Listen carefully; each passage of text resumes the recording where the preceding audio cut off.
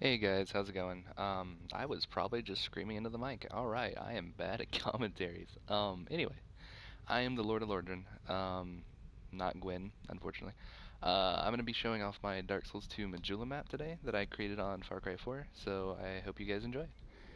Alright, we go ahead and start things off. We're gonna start off right here. We are in front of Things Betwixt. We run out, the sign pops up, the music starts playing, the yada yada, the usual, the usual. For warning, this actually isn't 100% to scale. It's actually a lot bigger than Majula in Dark Souls. So just keep that in mind. It's a little bit larger than reality, but reality.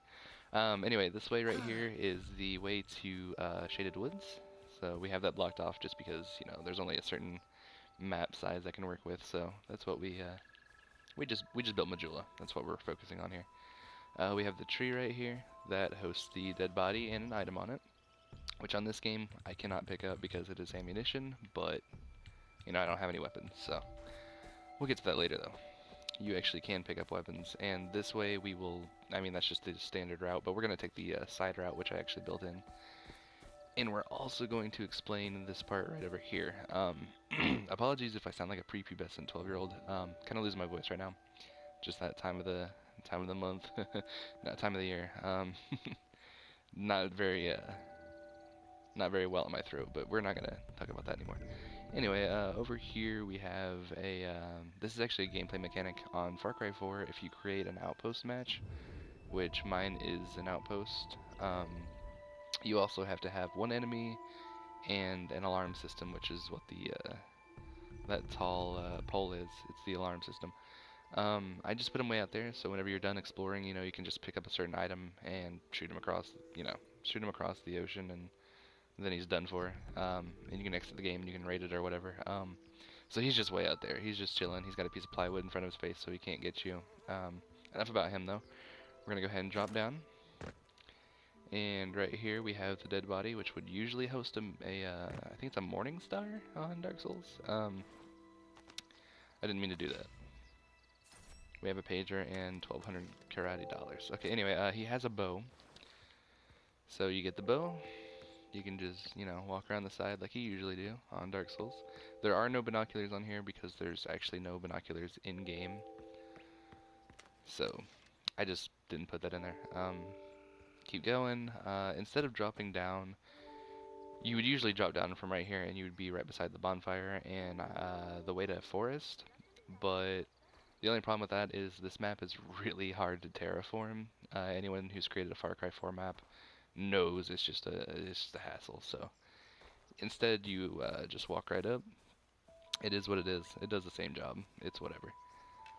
As I was saying earlier, the path to Forest of Fallen Giants right there. We turn around, obviously, is going to have the bonfire with the Bay, Emerald Herald, who is now an Asian lady. We have the bonfire, which it's a standard bonfire, and then for the sword, I stuck an upside down stop sign, and then there are knives.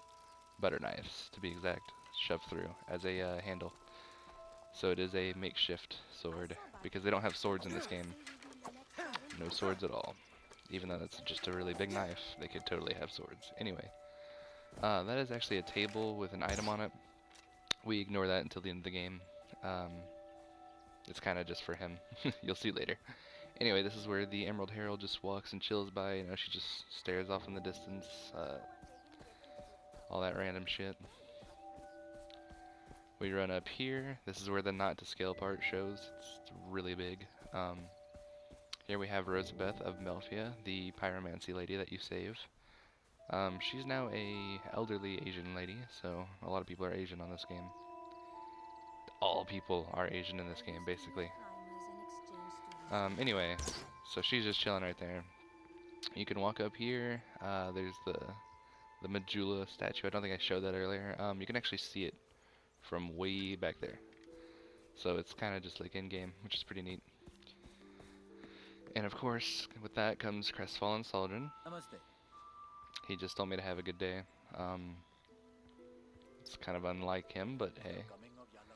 Anyway, you stand right here. You can praise the sun because the sun is in the same location as in game, basically. Should be like right over there, but it is what it is, man.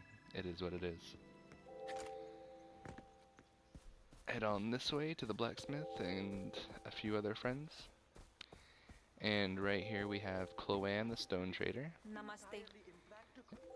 Right here we have Carhillion, the sorcerer, which you save from No Man's Wharf.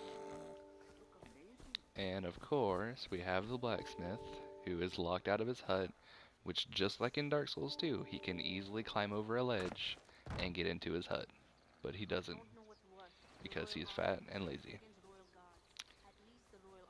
Or something like that. Anyway, moving on, we have this little area right here. I'm sure there's more that is supposed to go here in Dark Souls 2. I mean, to resemble Dark Souls 2. But I actually used 99.8% of all the items in the game that I could. So I literally cannot add any more items to this map. Um, so I pretty much used the limitations on that.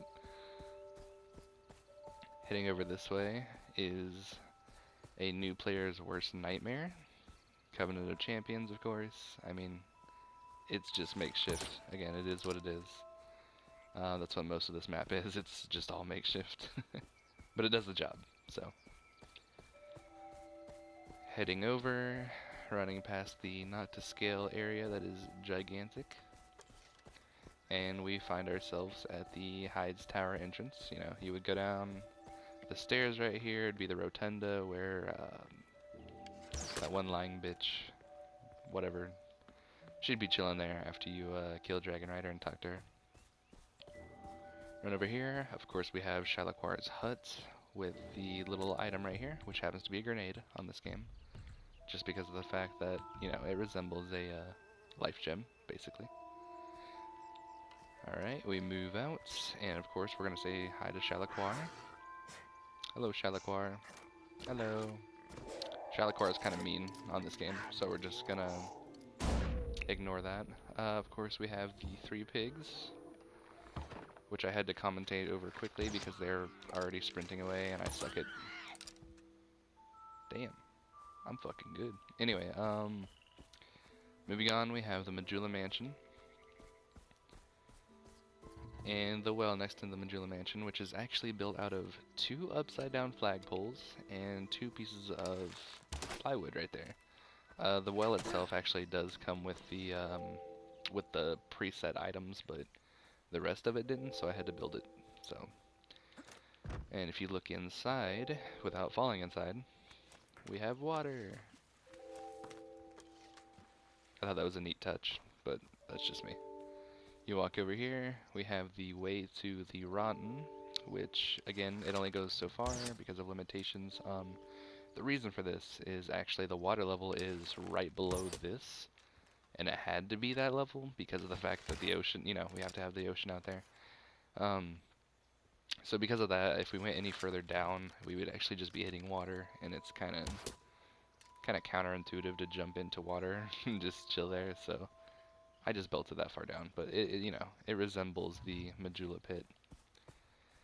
Again, Majula Mansion. We run over here. This would be what is Malfin the Armorer's hut.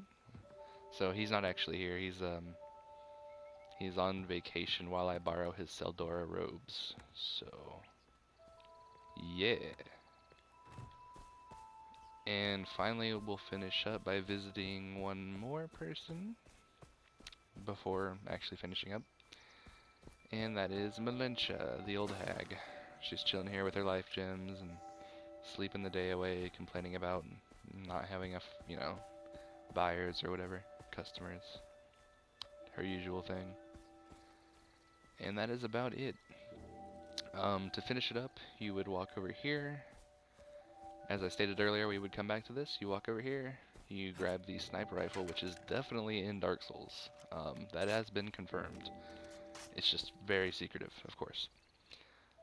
Before I finish it off, I'm going to go ahead and give my little spiel here. If you guys like this, you know, drop a like on it. Leave a Reddit comment, because I'm obviously going to post it on Reddit with how much I'm obsessed with that website. If you don't like it, you know, to each his own. You're able to download this map and play it on Far Cry 4. I'm not sure if it's just PS4 only, or because that's the one I built it on, or if it actually goes across all consoles. But either way, try to look for it. You can look for DKS2. Yeah, there you go. There's the title right there. You can download it, you can edit it, you can even change everything that I have here. You can make different game modes in Majula. You can even fix all the mistakes that I have. It's completely up to you. You can do whatever you want with this map. And finally, we're gonna finish it off. Thanks for watching, and have a great day, guys.